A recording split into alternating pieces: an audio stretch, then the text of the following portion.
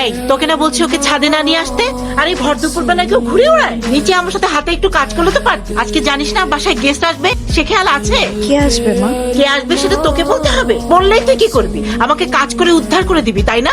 তুমি দির সাথে এমনি কথা বলো কেন? আজকে কে আসতেছে? রুশো আসছে। সিরিয়াসলি?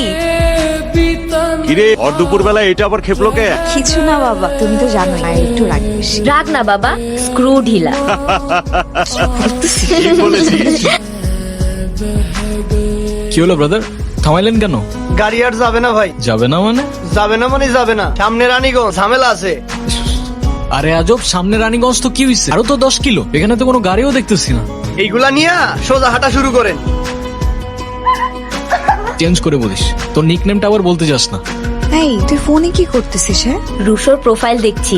এই তুই ওকে স্টক করছিস কেন? তো স্টক করলে কি হইছে?